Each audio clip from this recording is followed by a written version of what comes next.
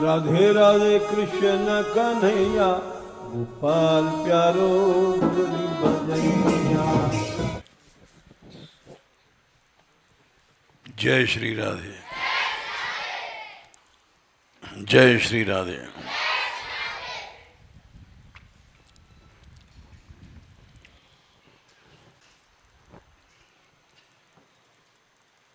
जीव स्वभाव तो दुष्ट है, ऐसा क्यों कहा गया है?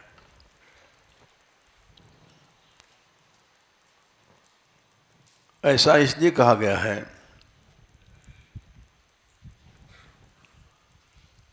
कि जीव में अहम होता है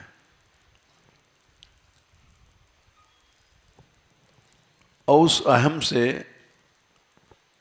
अनेक विकार पैदा होते हैं। हर्ष विषाद ज्ञान अज्ञाना जीव धर्म अहमिति अभिमाना।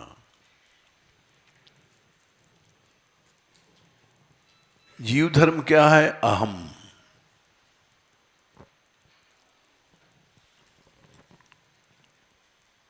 जब उसमें उसका स्वभाव है अहम का,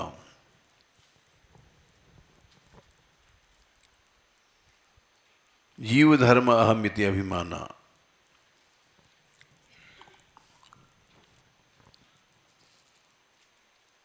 इसलिए ये कहा गया जीव स्वभाव तो दुष्ट।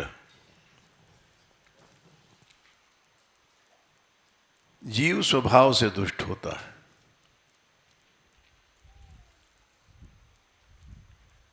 क्योंकि उसमें अहम होता है।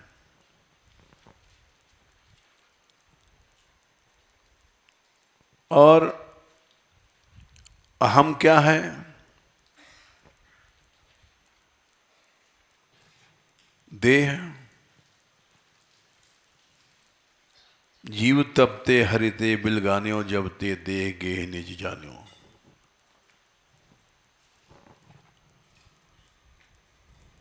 उसी को देहाध्यास कहो या देह बुद्धि कहो, बस वही जीव है।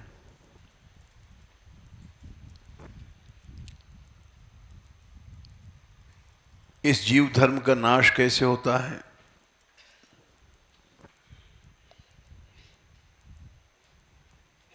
जब हमसे विपरीत वृत्ति आने लग जाती है। अहम से उल्टी वृत्ति क्या है? दैन्य। जब दैन्य आने लग जाता है तो समझ लो कि उसका जीव धर्म घट रहा है।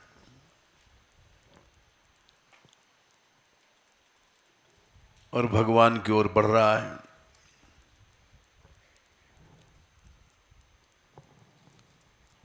लेकिन प्रायः देखा जाता है, हम जैसे लोग भाषण तो करते हैं दीनता की, चेष्टा विपरीत रहती है। सब हर मनुष्य बात ही कहता है, भाई दीन बनो, दीन बनो।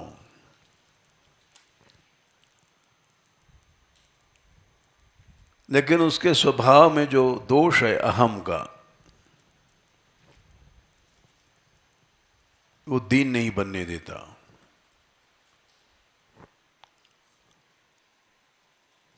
और हर मनुष्य बड़ा बनना चाहता है। वो बात बनाता है, ऊपर से भाषण देता है,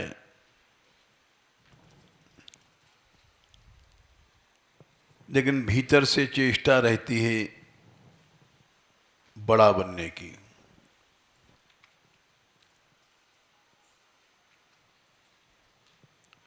और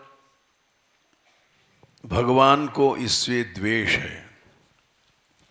भगवान दूर है। नारद जी ने लिखा है, ईश्वरस्याप अभिमान द्वेषित्वात् दैन्य प्रियत्वाच्च।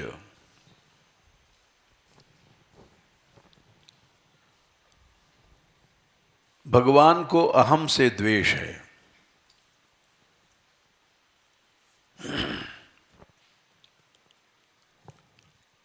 अहम की वैरायटीज होती हैं,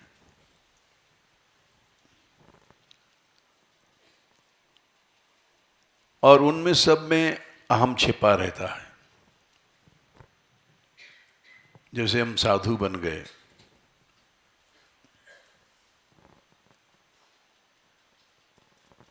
तो साधु बनने में भी अहम छिपा हुआ है।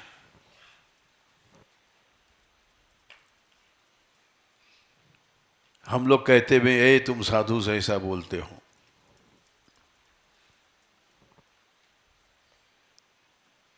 तो साधु नहीं है हम। साधु तो कहते हैं साध धातु से, उणादि से ऊ प्रत्यय होकर के जो साधनशील है वो है साधु।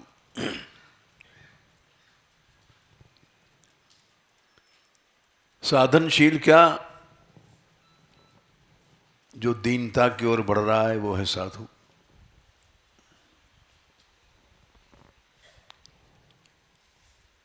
और जो बड़प्पन की ओर बढ़ रहा है वो है असाधु।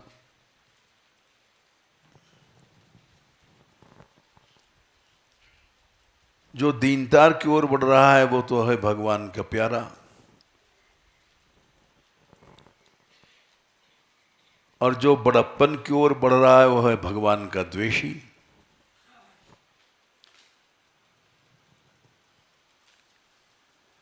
ईश्वरस्याप्य अभिमान द्वेषित्वात्। भगवान को अभिमान से द्वेष है।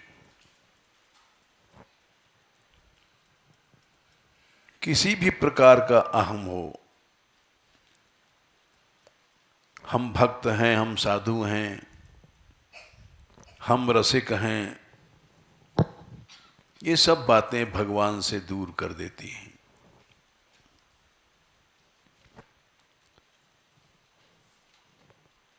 और इतनी दूर कर देती हैं कि उसको समझ नहीं पाता व्यक्ति। हम उस संप्रदाय के हैं, हमारी परंपरा बड़ी ऊंची है, हम चैतन्य महाप्रभु के संप्रदाय के हैं। ये सब अहम की वैरायटी हैं।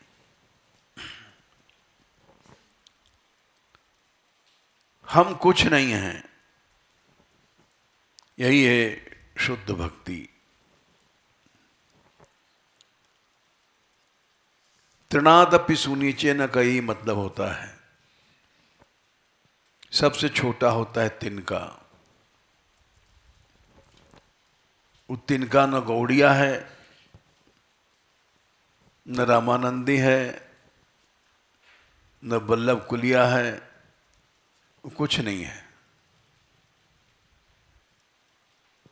उससे भी छोटा बन जा, यही है भक्ति। हम साधु हैं, हम विरक्त हैं, ये सब गलत है।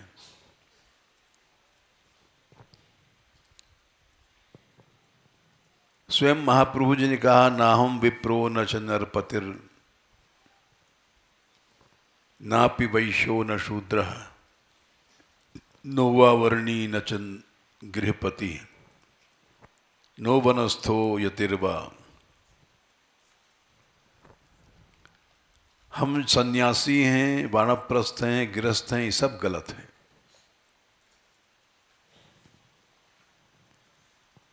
तो तुम क्या हो? किंतु प्रोद्यन निखिल परमानंद सार बुद्धे सारामृतस्य गोपी भर्तु पद कमलयोर दास दासानुदास। दास के दास हैं।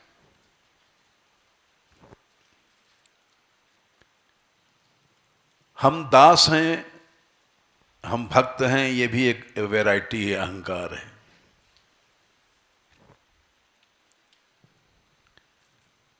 अपने को कुछ भी समझना भगवान से दूर जाना है, कुछ भी समझना।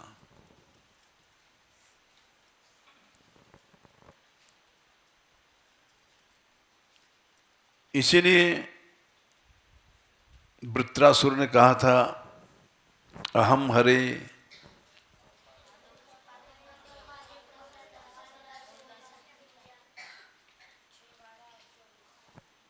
अच्छा, फिर से बोलना। नहीं नहीं, श्लोक बोलो।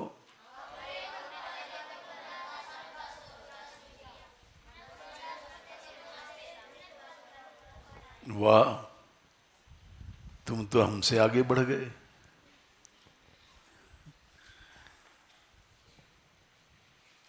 बोले दास नहीं बनना चाहता, दासानुदास,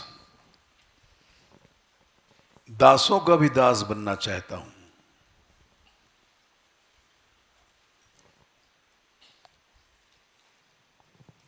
आपका स्मरण तो करना चाहता हूं, लेकिन दास बन करके नहीं। दास बन करके तो झगड़ा देख लिया। जब मैं दास था तो महादेव जी को हमने शिक्षा दिया था, पूर्व जन्म में वो भगवती को गोद में लिए बैठे सभा के बीच में नग्न अवस्था में, तो हमने टोक दिया, ये कोई मर्यादा नहीं है, आप सभा के बीच में बैठे हैं।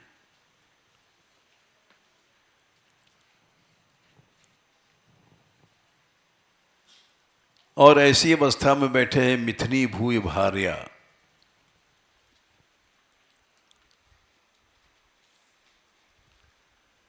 मैथुन की अवस्था में बैठे हैं और सभा के बीच में बैठे हैं।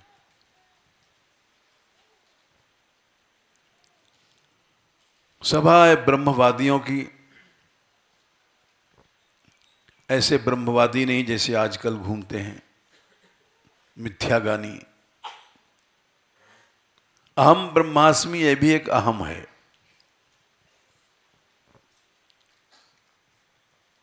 सच्चे ब्रह्मज्ञानी तो वो थे, देख रहे हैं महादेव जी नग्न अवस्था में बैठे हैं, मिथुनी भूय भार्या, और कोई अभाव नहीं, शंका नहीं, कुछ नहीं। शुद्ध भक्त किंतु परंतु नहीं सोचता है।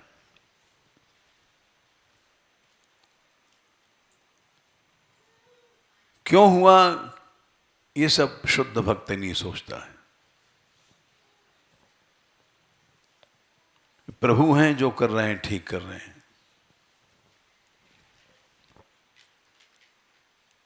ये अवस्था है शुद्ध भक्त की, शुद्ध श्रद्धा की। और जहां किंतु परंतु क्यों, ऐसा ऐसा क्यों हुआ, वो सब गड़बड़ है।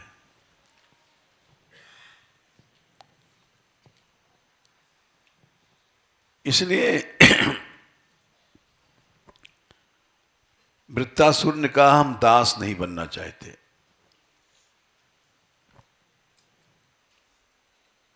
जब उन्होंने महादेव जी को टोका था तो इसलिए नहीं टोका था कि ये इनको ऐसा नहीं करना चाहिए। ये समर्थ है, वो जानता था, इसलिए टोका था कि सभा में नहीं करना चाहिए समर्थ पुरुष को भी। किसी को अभाव हो सकता है, इसलिए भगवान ने गीता में कहा कि मनुष्य को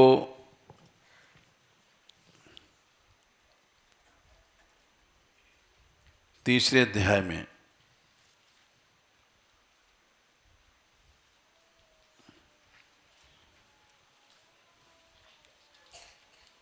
लोक संग्रह के लिए करना चाहिए।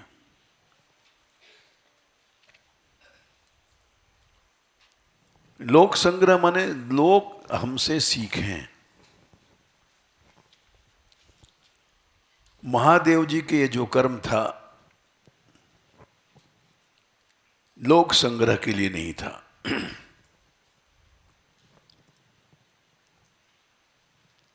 लोक संग्रह से विरुद्ध था। समर्थवान हो तो सबके बीच में ऐसा आदर्श रखो कि सब लोग सीखें। हैं? हाँ, 2 जगह है, 3/20 में भी है, 3/25 में भी है।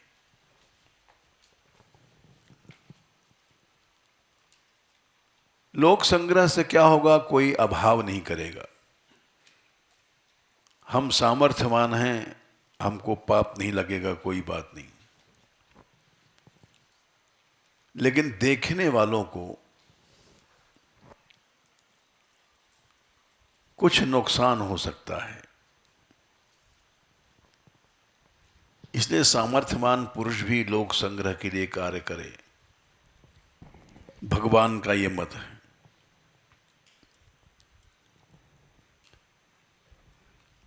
महादेव जी सामर्थ्यवान हैं, वो जो करते हैं ठीक करते हैं। वो नंगे रहते हैं, ठीक है। सभा में मैथुनी अवस्था में बैठे हैं, ठीक है। लेकिन लोग क्या सीखेंगे?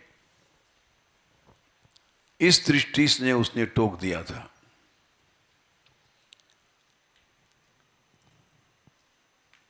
उसको कोई महादेव जी में अभाव नहीं हुआ था कि ऐसा क्यों कर रहे हैं। सामर्थ्यवान है, जो कर रहे हैं ठीक कर रहे हैं।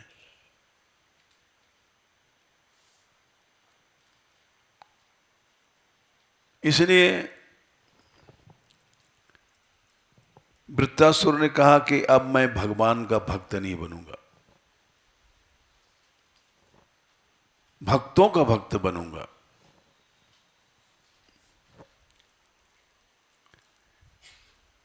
भक्तों का भक्त जो है बनने में कोई हानि नहीं है, क्योंकि मनुष्य जितना छोटा बनता है एक तिनका है, पानी में बहता चला जा रहा है, कभी नहीं डूबता है।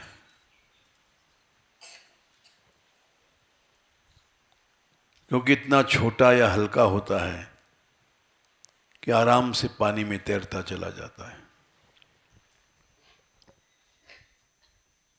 थोड़ा भी वजन आता है तो डूब जाता है।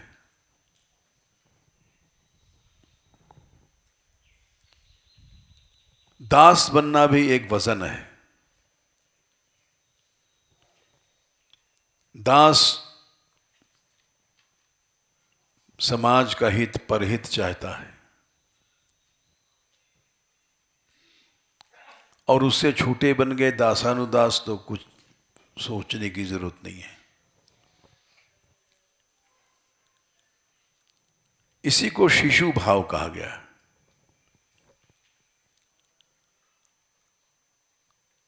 मोरे प्रौढ़ तनने समज्ञानी और बालक सुत समदास अमानी। भगवान राम ने कहा है नारद जी से। अरण्य कांड जहां खत्म होता है वहां पर संख्या क्या है भाई? हैं 43। ये बड़ा लड़का है जो ज्ञानी है, उसके अंदर मर्यादा है, हर चीज विवेक है, ज्ञान है, उचित अनुचित का बोध है, ये बड़ा लड़का है।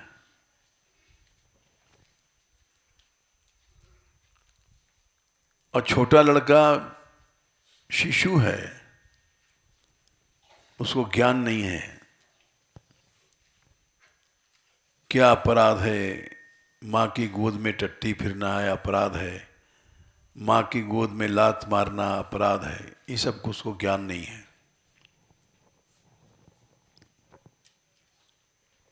सुत अपराध करे दिन केते, जननी के चित्रहत न तेते।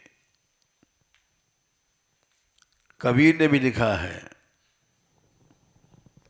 हम बालक तुम माय हमारी, नहीं हरि जननी मैं बालक तेरा। काहे ना अवगुण बख्शे मेरा, तू तो मेरी मां है।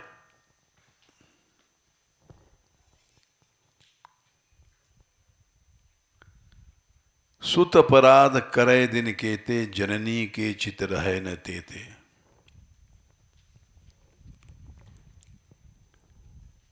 बच्चा मां की गोद में टट्टी करता है, पेशाब करता है,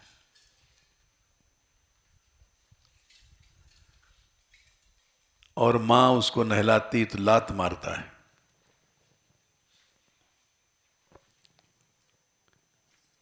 अच्छा काम करने में भी लात मार रहा है, इतना अज्ञानी है। मां नहलाती ही तो लात मारता है, रोता है। काजल लगाता है, लगाती है तो हाथ मारता है, झटकता है। कपड़ा पहनाती तो रोता है। हर क्रिया में जो मां हित कर रही है उस पर गुस्सा करता है। उबटना लगाती है, नहलाती है, धुलाती है, मालिश करती है तो रोता है।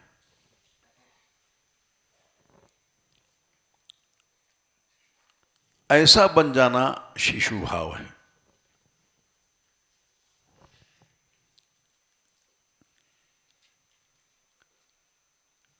कर गही केश करे पदघाता, मां के बाल पकड़ करके और लात मारता है। तऊन हेत उतारे माता, लेकिन मां है वो तो काजल लगाएगी, टट्टी धोएगी। हालांकि रोता है लड़का, शौच भी नहीं धुलाना चाहता, न नहाना चाहता है, लेकिन मां तो करेगी ही करेगी। इसको कहते हैं शिशु भाव।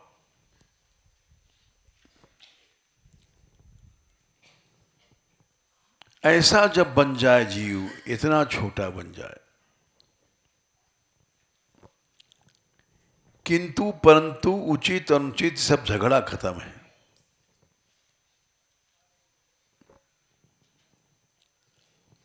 तो उसको कहते हैं शुद्ध भक्ति।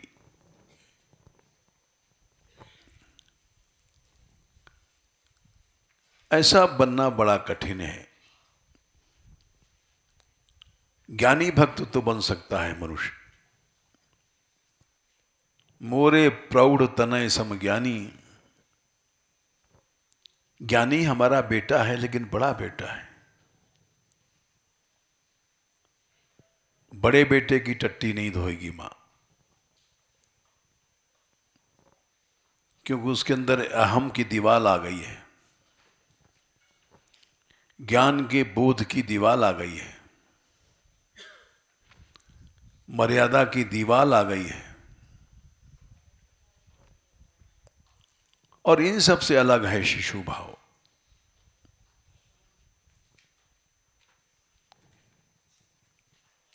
ऐसा भाव जिसके हृदय में आ गया, वो ठाकुर जी का गोद का बच्चा बन जाता है।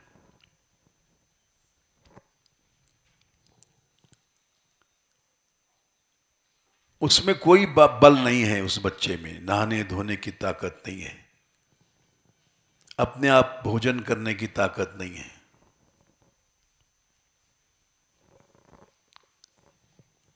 अपने आप न खा सकता है, न अपने आप वो नहा सकता है, न अपने आप भले जाड़े मर जाएगा कपड़ा ओढ़ सकता है, कुछ नहीं कर सकता। यही शिशु भाव है।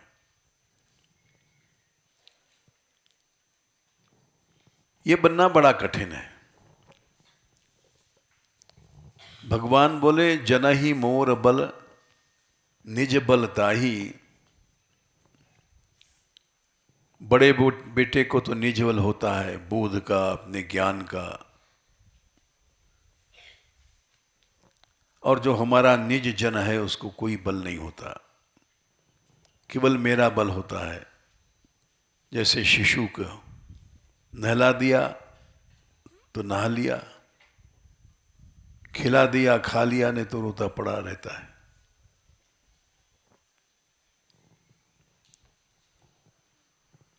ऐसा अगर हो जाए शिशु भाव,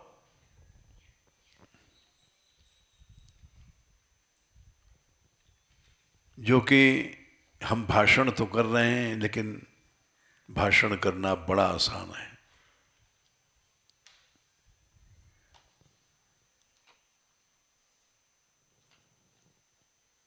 रास्ता उल्टा है। भाषण हम कुछ कहते हैं और हृदय में इन भावों की प्रतीति नहीं होती। ये भाव अगर हृदय में आ जाएं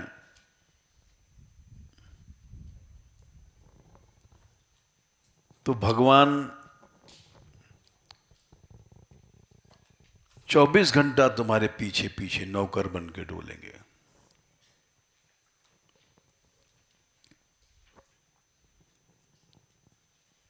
जैसे एक उदाहरण देख लो, कलयुग में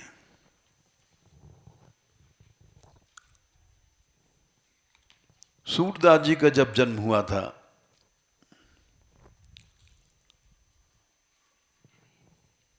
तो उनके आंखें नहीं थी, आंख का चिन्ह भी नहीं था। और लोग अंधे हो जाते हैं तो आंख तो होती है, आंख की लाइट पीछे चली गई, यानी ऊपर से नीचे तक सफा चट्ट सिलपट।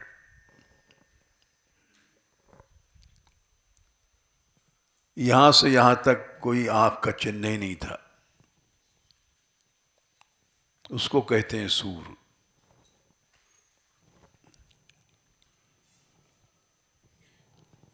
बाप ने देखा, अरे अभागा लड़का पैदा हुआ, इसके तो न देख सकता है न कुछ कर सकता है, जीवन भर बोझ रहेगा।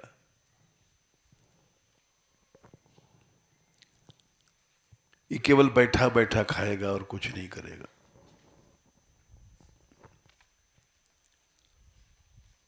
बड़े दुखी हुए।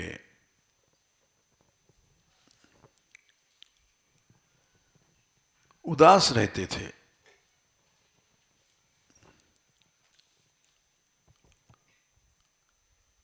सूरदास जी धीरे धीरे बड़े भये।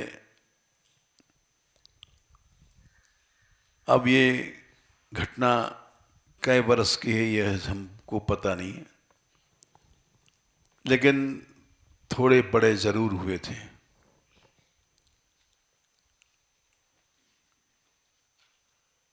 क्योंकि उसी समय किसी जजमान ने आकर के पंडित ब्राह्मण घर के थे, इनके पिता को कुछ द्रव्य दिया। तो पिता बड़ा खुश हुआ, बोले लड़का बड़ा भाग्यशाली है। एक मोहर सोने की आकर के उसने दिया था। उस जमाने में अशर्फियां चलती थी।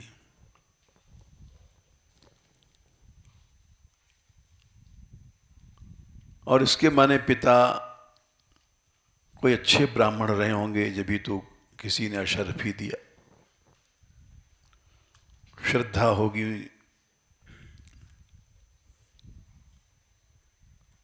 तब माता पिता चर्चा करने, आपस में बात करने लग गए कि लड़का भाग्यशाली है।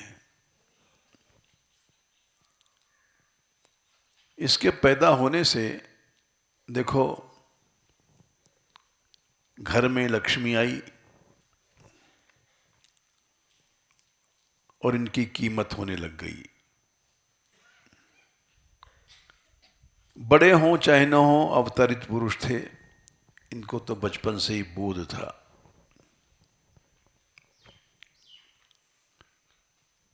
सूरदास जी ने समझा ये तो बड़ा गड़बड़ हुआ, इनका प्यार बढ़ने लग गया, ये हमको आसक्त कर देगा।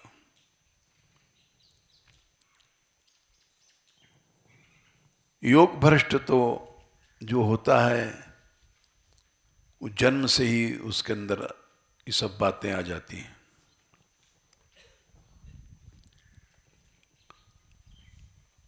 वो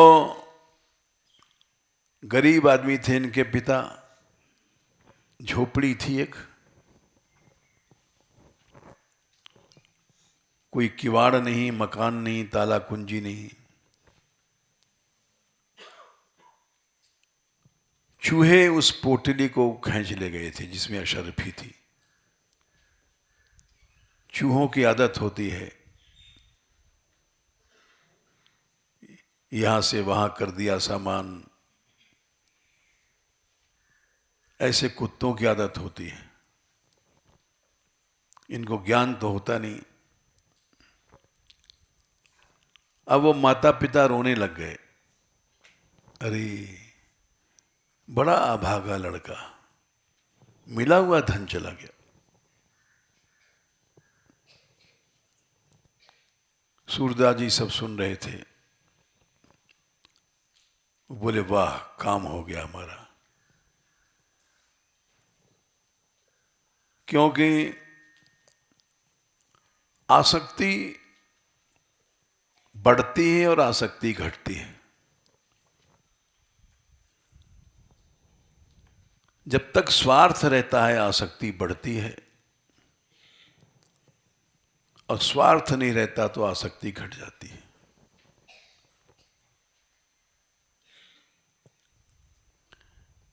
स्वार्थ लाग करहि सब प्रीति, सुर नर मुनि सबहि कै रीति। ये रीति है कि स्वार्थ जब तक मिलता है प्रेम बढ़ता है, और स्वार्थ घटा तो प्रेम घटा।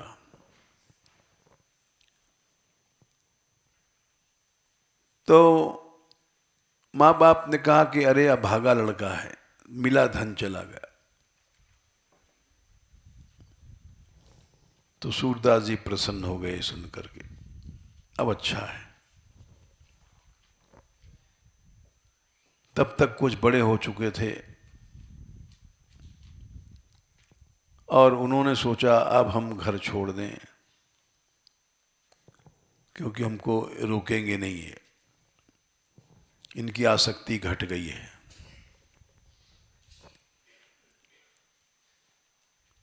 पिताजी से कहा कि पिताजी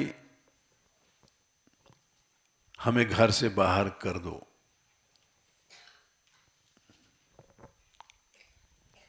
अरे कहाँ जाएगा, तुझे कौन रोटी देगा।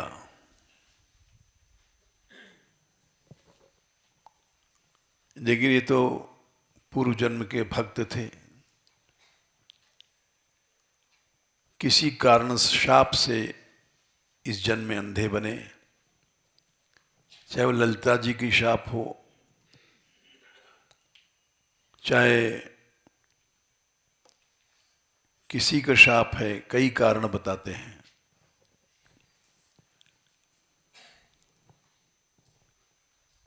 इन्होंने उत्तर दिया कि पिताजी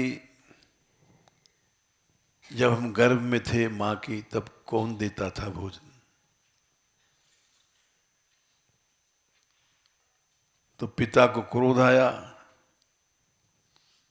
अरे ज्ञानियों की तरह बोलता है, बात बनाता है।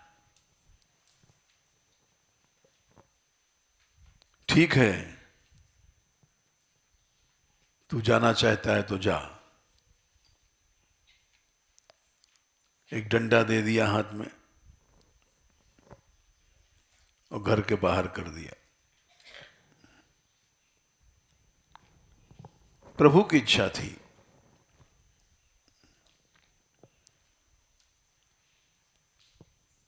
चले वहां से। कहां चले? विपत्तियों के समुद्र में। न कोई रास्ते का ज्ञान है, न दिखाई पड़ रहा है। लठिया लेके जा रहे हैं। थोड़ी दूर आगे चले, एक कोई लड़का आता है। बाबा कहाँ जाओगे? भैया जहां कन्हैया ले जाएगा वहां जाएंगे। रास्ता यही है ना? बोले हाँ, चलो हम तुमको रास्ते पे छोड़ देते हैं।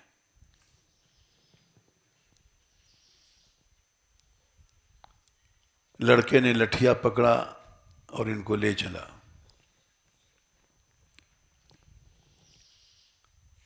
रास्ते में छोड़ा और इस तरह से वो लिखते हैं अपने पद में, अब वे विपदा हूं न रही।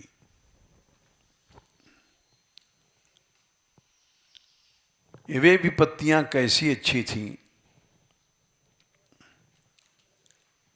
पग पर तुम आते थे, मनसा करि सुमिरत है, जब जब मिलते तब तब ही। कितनी परिस्थितियां आई होंगी इसका तो हम वर्णन नहीं कर सकते,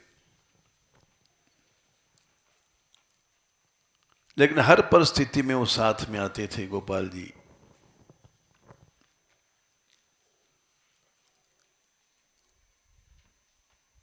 और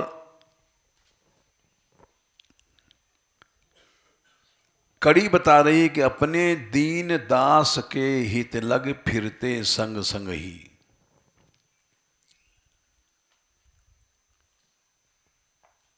ये कड़ी बता रही है कि 24 घंटा भगवान ने उनकी सेवा किया है। संग संग ही किसी रास्ते में गए, कहीं गए, कोई न कोई ले जा रहा है।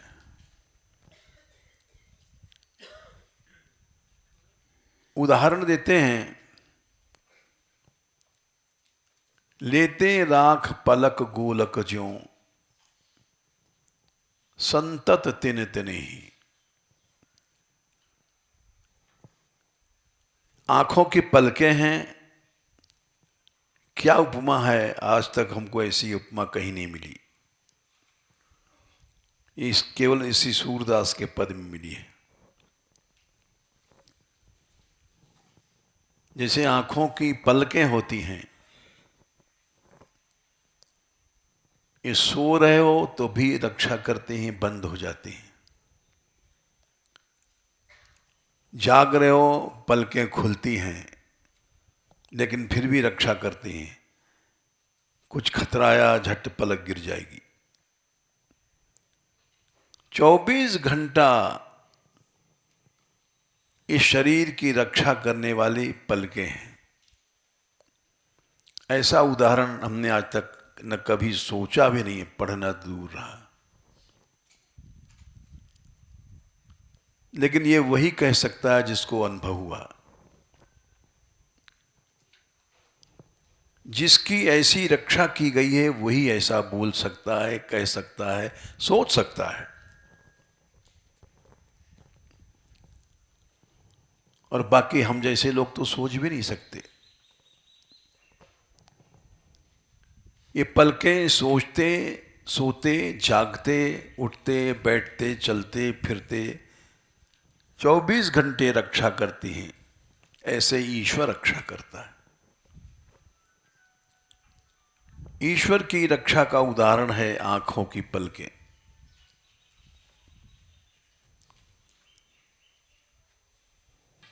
लेते राख पलक गोलक ज्यों संतत तिन तिन्हि, अब वे विपदा हूं न रही।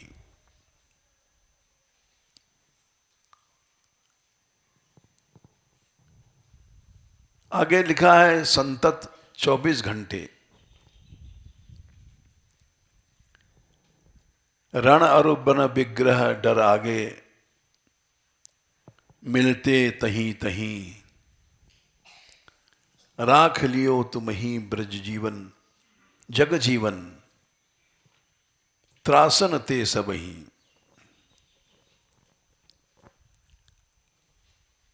रण में उन दोनों बहुत लड़ाइयां होती थी, मुसलमानों हिंदुओं की। हिंदुओं को जबरदस्ती मुसलमान बनाया जाता था। लड़ाइयां हुई इसी बरसाने में हुई हैं। दूसरा खंड जो छपेगा रसीली ब्रज यात्रा का, उसमें ये सब घटनाएं लिखी जा रही हैं कि बरसाने में भी लड़ाई हुई है। चारों तरफ रण था, लड़ाइयां थी,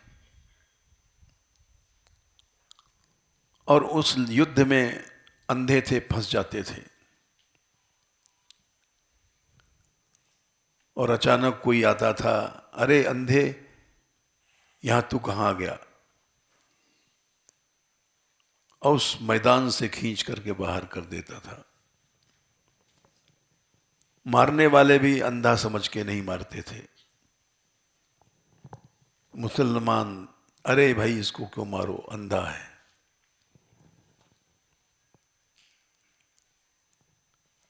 हिंदू तो कहीं बचा ही लेगा, लेकिन उस रण में भी कोई न कोई अब बचा देता था। वन मन जंगल में जा रहे हैं, जंगल में शेर है, चीता है, अजगर है, भालू है, अनेक हिंसक जीव मिलते थे। वहां भी कोई रक्षा करता था। विग्रह मने लठ बज रहा है गांव वालों का आपस में। ये पहुंच गए, अंधे हैं, जा रहे हैं लठिया टेकते टेकते, और वहां भी कोई रक्षा कर देता था। राख लियो तुम ही जग जीवन, त्रासन ते सबही।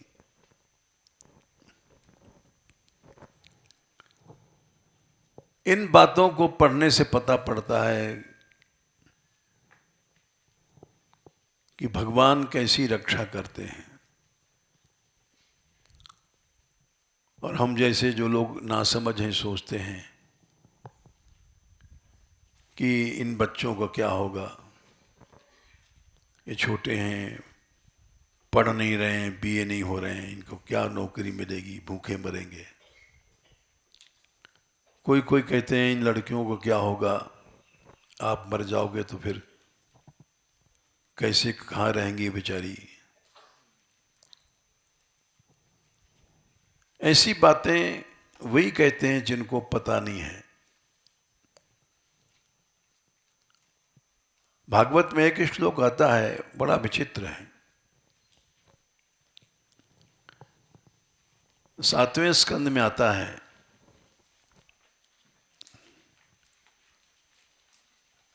कि क्या है,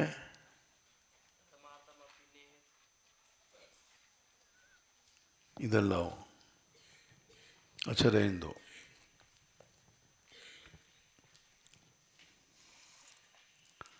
अहो, श्लोक तो याद है, संख्या नहीं याद है। अहो वयम धन्यतमा यत्र त्यक्त्या पितृभ्याम न विचिंत्यामः।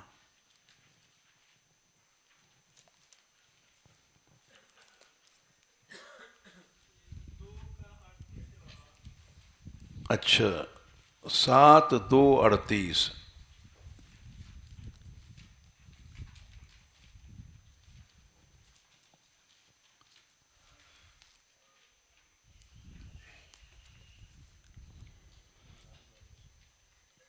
अहो वयम धन्यतमा, हम धन्य हैं। त्यक्ता पितृभ्याम न चिंतयामः, माँ बाप ने निकाल दिया हमको और जंगल में पहुंच गए हैं। अभक्ष्यमाणा अबला मृकादिभी, शेर चीते आते हैं, हमको खाते नहीं हैं, इसलिए हम धन्य हैं। बोले ये गलत बात है। शेर चीते नहीं खाते हैं ये तो छोटी बात है, बड़ी बात है न विचिंतयामा, चिंता नहीं करते हम। शेर ने नहीं खाया तो कोई बड़ी बात नहीं है, नहीं भूखा होगा।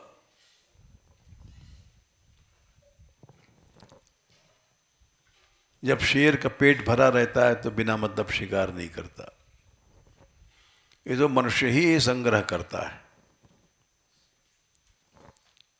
गाय बैल जितने भी हैं, पेट भर गया चल देते हैं।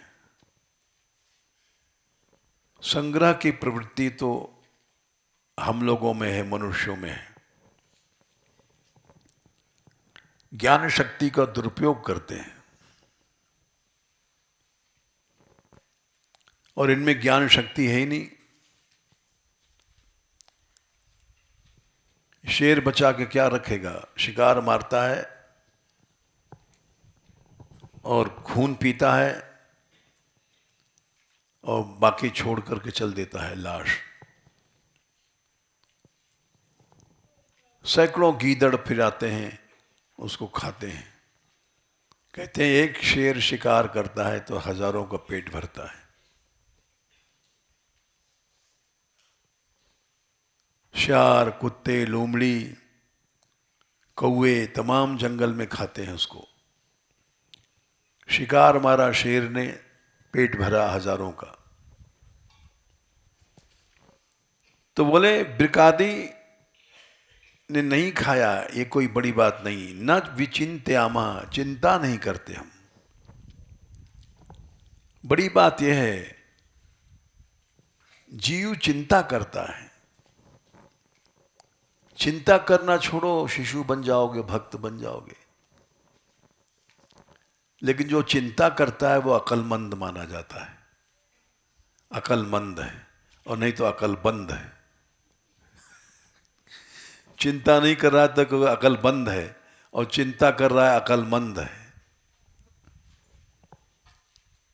तो बड़ी बात है न विचिंत्यामः, हम चिंता नहीं करते।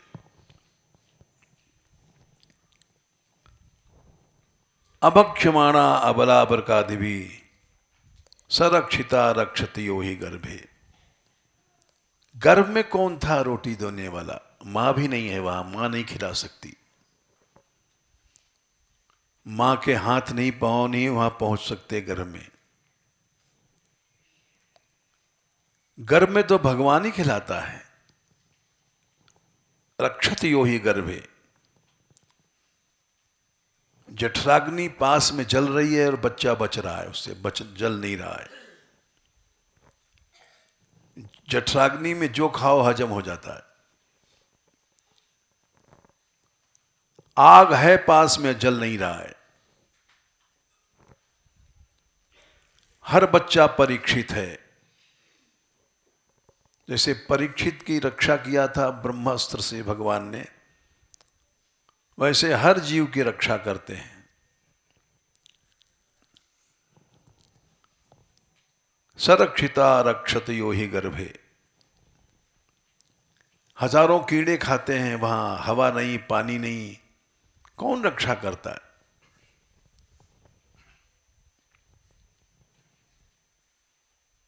तो इसलिए राख लियो तुम ही जग जीवन त्रासन ते सबही, कृपा सिंधु की कृपा एक रस। एक रस उनकी कृपा रहती है, कैसे जाए कहीं, उसका वर्णन नहीं हो सकता।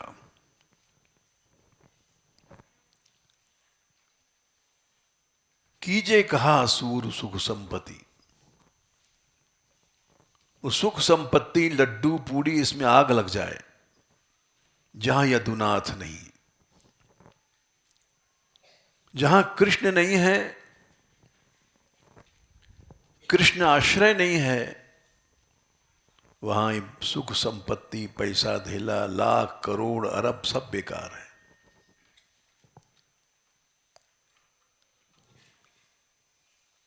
वे विपत्तियां धन्य हैं जो भगवान से मिलाती हैं, भगवान की याद दिला देती हैं। सुख संपत्ति में क्या फायदा। कुंती जब राजमाता बन गई, पांडव ने सब संसार जीत लिया, तो भगवान गए, बोले बुआ मैं जा रहा हूं, युद्ध तुम जीत चुके, राज्य मिल गया, अब हम द्वारका जाएंगे।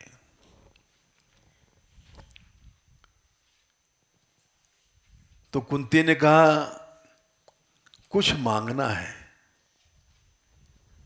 बोले आज तक तो तुमने कुछ नहीं मांगा। हां, आज तक इसलिए नहीं मांगा कि मांगने की स्थिति नहीं आई थी।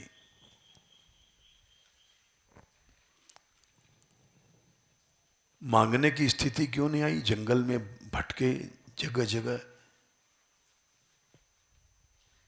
तुम्हारी बहू नंगी की गई सभा में, हारे जंगलों में कहां कहां भटके,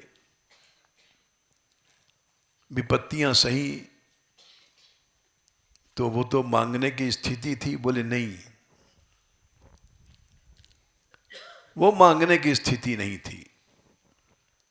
मांगने की स्थिति अब आई है, जब मैं राजमाता हूं, सुख है, संपत्ति है, इसमें भगवान को भूल जाता है आदमी। क्या मांगते हो? विपत्तियां दे दो। वही विपत्तियां जो तुमसे मिला देते हैं। विपदा संतु न शाश्वत, प्रथम स्कंद के 8वें अध्याय में संख्या देख लो क्या है, 25। वो विपत्तियां दे दो जहां आपका दर्शन होता है।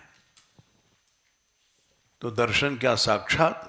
बोले नहीं, साक्षात दर्शन तो वनों में भी जदा कदा भगवान जाते थे। दर्शन होता है हृदय में, मन से सामीप्य होना ही दर्शन है।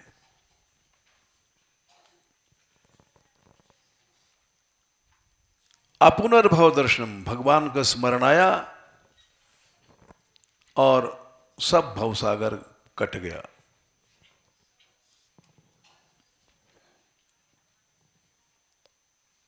क्योंकि पांडवों ने वहां जो वनों में कष्ट उठाया था, तो वहां सतत कृष्ण उनके साथ नहीं रहे।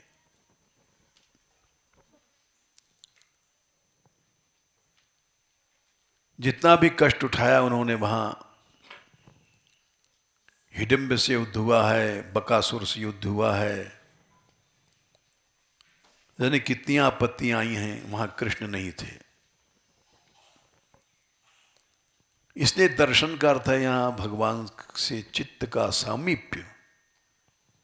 उपासना क्या है? उप माने पास, आसना माने बैठना। अब भगवान के पास तुम कैसे बैठोगे? भगवान तो है नहीं यहां।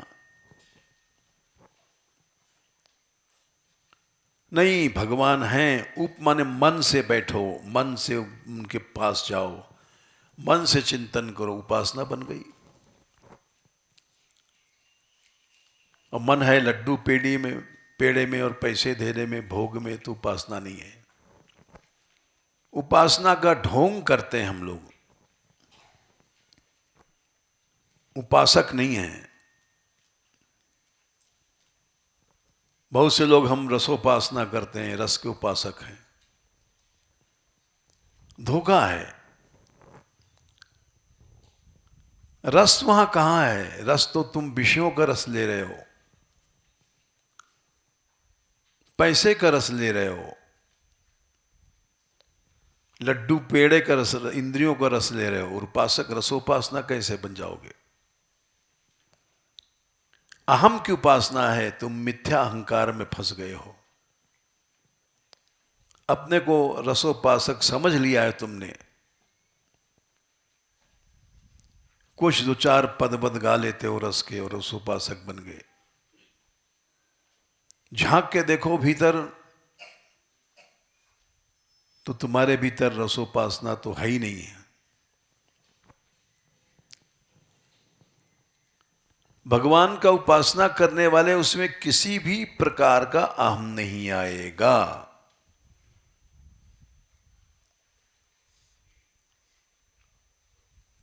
इसलिए दर्शन का मतलब होता है सुख के माथे सिल पड़ो, जो हरि को बिसराए, बलिहारी व दुख को जो पल पल नाम रटाए। सच्चा भक्त वही है जो दुख चाहता है, किसी तरह से प्रभु की याद आवे। हम भूखे मरेंगे तो अच्छा है, याद तो आएगी प्रभु की। कहीं मान प्रतिष्ठा मिले न मिले, अपमान गरे सो बधाना पड़े। जल भोजन की परवाह नहीं, करके व्रत जन्म बिताना पड़े। अभिलाषा नहीं सुख की कुछ भी, दुख नित्य नवीन उठाना पड़े। ब्रजभूमि के बाहर किंतु प्रभु हमको कभी भूल न जाना पड़े। तो इसलिए कुंती ने कहा कि हमको वो विपत्तियां वापस कर दो।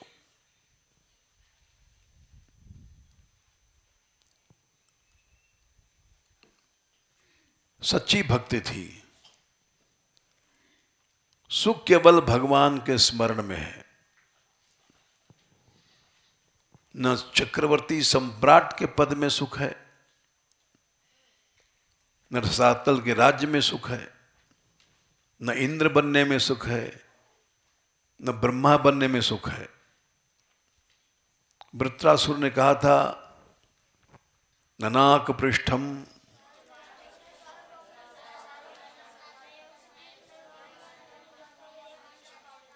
वाह तुम तो हमसे आगे बढ़ गए।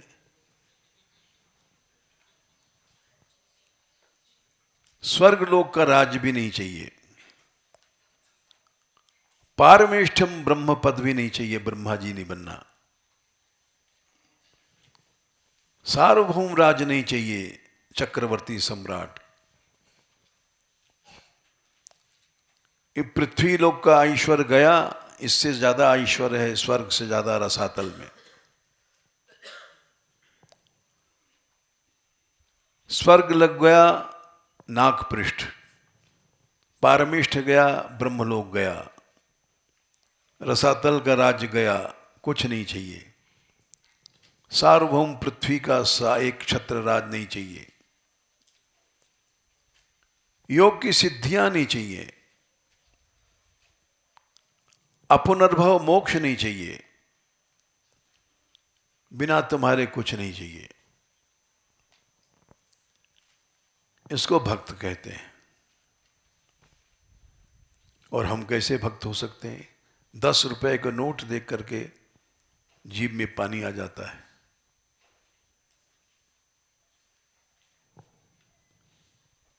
भक्ति की तो वहां गंध भी नहीं है।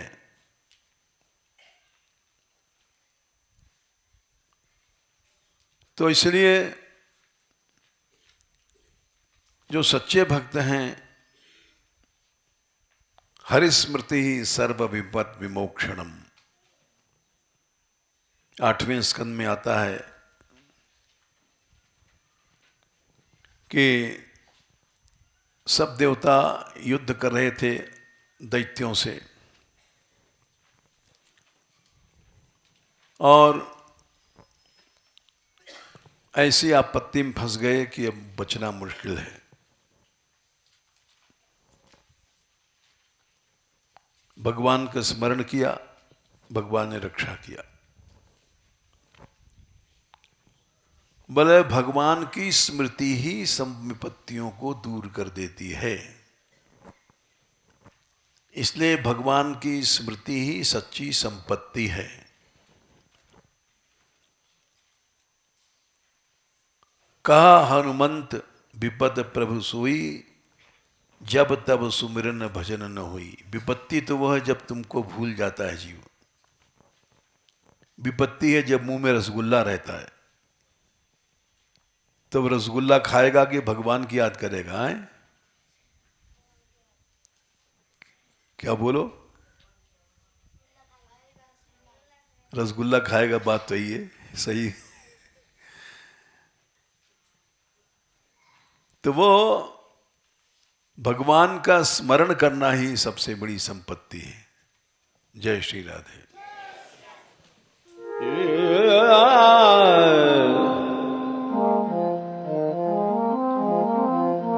Yeah.